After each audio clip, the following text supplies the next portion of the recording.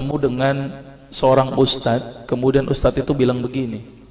Ini latar belakang saya kenapa saya belajar pengobatan Nabi. Ustadz itu bertanya kepada saya begini, "Dok, antum yakin gak sih dok kalau antum masuk surga?" Kira-kira kalau ditanya seperti itu, Bapak jawabnya gimana Pak? Yakin gak sih Pak masuk surga?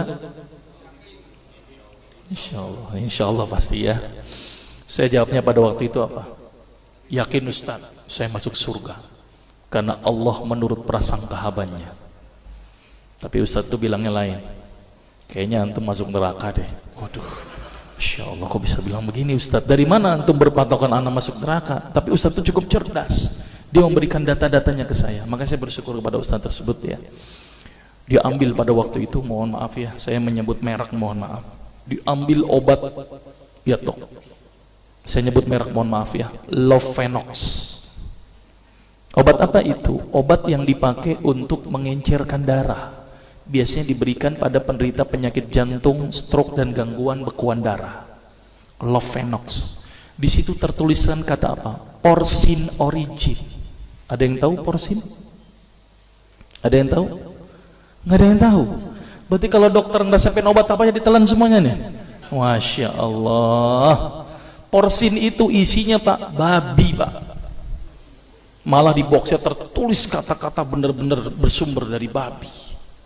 Saya bilang, waduh, berarti dok kalau antum ngeresepin porsin satu pasien, antum telan itu obatnya, kira-kira ibadah orang tersebut diterima nggak sama Allah?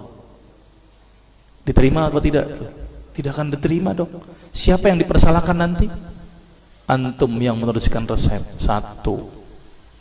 Diambil lagi obat yang kedua. Saya cerita latar belakang dulu ya sebelum saya terapi senyum.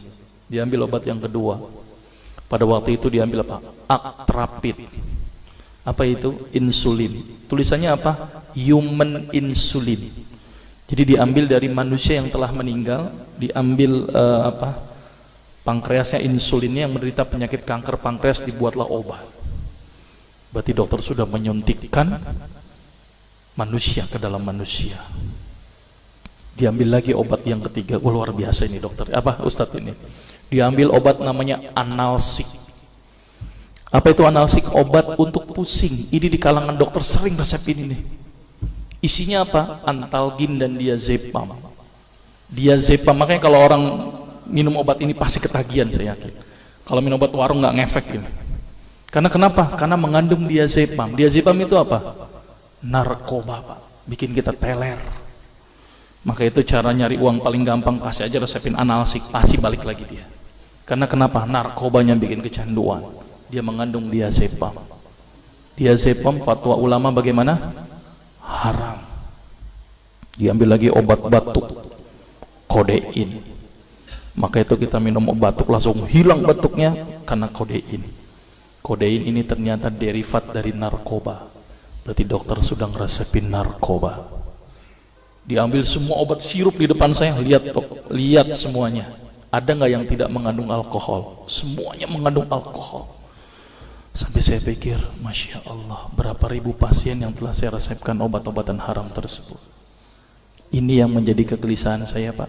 Maka itu saya beda haluan, kemudian belajar hadis, walaupun gak lulus-lulus biarin, gak apa-apa. Terus kemudian saya melihat ada sesuatu yang salah. Kenapa? Karena agama Islam tidak dipelajari secara benar. Banyak umat Islam saat ini belajar akidah, belajar akhlak, belajar fikih. Tapi lihat, pernahkah umat Islam di sini belajar masalah kesehatan Islam? Sedikit sekali. Kajian-kajian tentang kedokteran Islam hampir tidak ada. Makanya tidak heran sekarang umat Islam yang notabene hebat menurut saya katanya, tapi ternyata banyak yang sakit karena dilupakan aspek ini. Mudah-mudahan ini menjadi awalan kita untuk mengkaji, karena kajian ini rutin Pak. Jadi saya mengisi kaji di beberapa kantor di Jakarta itu per kali pertemuan, per hadis. Dan itu berhubungan dengan masalah kesehatan semuanya. Jadi ternyata Allah ini menurunkan ibadah, memerintahkan kita untuk sholat, puasa, tahajud, semuanya ini bukan untuk kepentingan Allah Pak. Allah nggak butuh sholat kita, Allah tidak butuh puasa kita. Ternyata Allah menurunkan ibadah adalah bentuk rasa sayang Allah kepada barang ciptaannya, yaitu manusia. Seperti halnya orang menciptakan motor, mobil, maka di maintenance itu dengan adanya servis.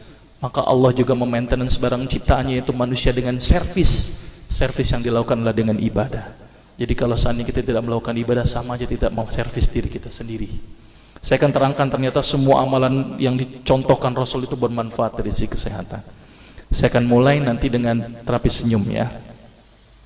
Ini lewat saja.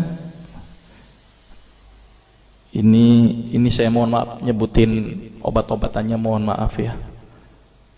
Ini juga mengandung plasenta. Plasenta itu ari-ari ya. Jadi di luar negeri itu ari-ari dipakai obat, Pak. Kalau di Indonesia diapain, Pak? Dikubur, kadang-kadang pakai apa? Kaca, pulpen, buku, kadang-kadang pakai kurungan ayam. Kreatif, tapi kreatif nggak benar. Gitu ya. Di sana ini obat Lovenox namanya ya. Jadi bersumber babi.